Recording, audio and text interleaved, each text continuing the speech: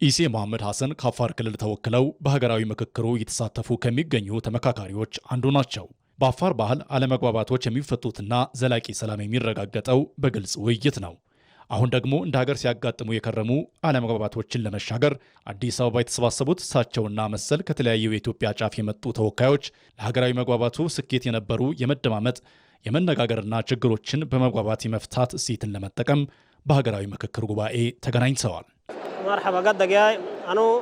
ኢሴ መሐመድ ሐሰን እባላለሁ። የመጣሁት ከአፋር ክልል አፋምቦ ወረዳ ነው። ይህ ሀገራዊ ምክክር ለሀገራችን ሰላምና እድገት ታሪካዊ የመፍትሄ መድረክ ነው። በአፋር ባህል ይቅርታ፣ ውይይትና መደማመጥ የችግሮች ሁሉ መፍትሄ ናቸው። በማንኛውም ሰዓት ችግር ሲፈጠር ተቀምጠን በመወያየት ነው የምንፈታው። አሁንም ለሀገራችን የመጣ ነው ይህን ልምድ ይዘን ነው። በሀገራዊ ምክክሩ ሁሉንም አዳምጠን ሀሳብ ለሀሳብ ተሟግተን ለሀገራችን ዘላቂ ሰላም የሚበጅ መፍትሄ እንደምናመጣ ባለሙሉ ተስፋ ነኝ። ኢትዮጵያ የተረጋጋችና ሰላም የሰፈነባት ሀገር እንድትሆን ይህ አካታች የሆነው ሀገራዊ ምክክር ወሳኝ በመሆኑ ሁሉም በኃላፊነት መሳተፍ ይጠበቅበታል። እንደዚህ ያሉ መልከ ብዙ ነገር ግን አንድ የመግባባት ዓላማን ያነገቡ እሴቶቻችን ይበልጥ በሚያቀራርቡ ሀሳቦች ላይ በመምከር ኢትዮጵያ ለገጠሟት ፈተናዎች ዘላቂ መፍትሄ ለማምጣትም የጀመረችውን ጉዞ ያግዛሉ።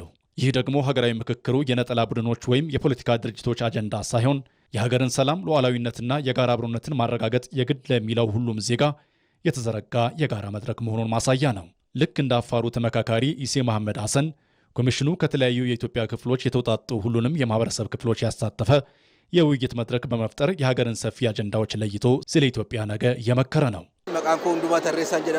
ሁንዱማ ተሬሳ እባላለሁ።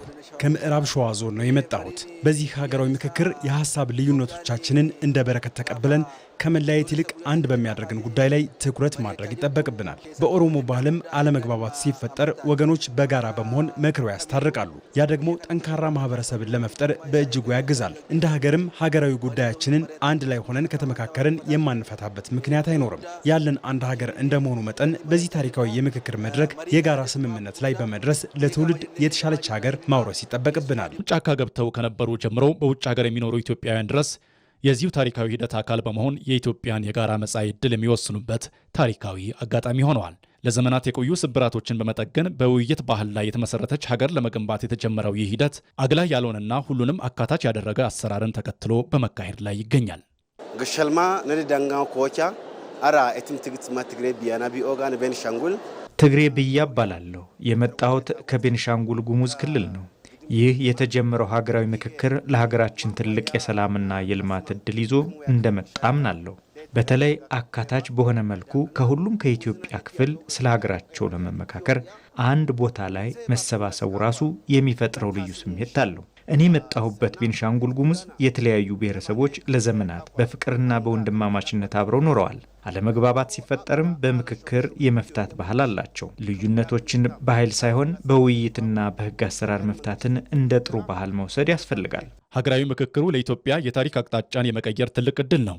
ትናንት በታሪክ ቁርሾ መካከል የነበረውን ግንኙነት ዛሬ በይቅርታና በውይይት በማደስ ለነገው ትውልድ የመከረች የተግባባችና በልጆቿ ቀና ያለች ሀገርን የማስረከብ ትልቅ ኃላፊነት ያነገበ ነው።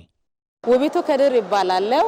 ከደቡብ ኢትዮጵያ ክልል ከጋሞ ዞን መጥቻለሁ። የተሻለ ሀገር ለመፍጠር የትኛው ነው የሚበጀን የሚለውን በመነጋገር በመመካከር የምንፈታው ነገር ነው። ስለዚህ ምክክሩ እጅግ በጣም የተሻለ ነው። ለኢትዮጵያውያን መመካከር አዋጭነት አለ። ሀገራዊ ምክክሩ የታሪክ ጠባሳዎችን በውይይት ፈውሰው ጠንካራ ኢትዮጵያን ለቀጣዩ ትውልድ ለማስረከብ የተከፈተ ትልቅ የመሰራች ምዕራፍ ሆነዋል። ይህ ትውልድ ትናንት በልዩነት የተከፋፈለውን ሀሳብ ዛሬ በጋራ ውይይት ያሰባሰበች ሀገርን ለማጽናት ትልቅ መሰረት እየጣለም ይገኛል።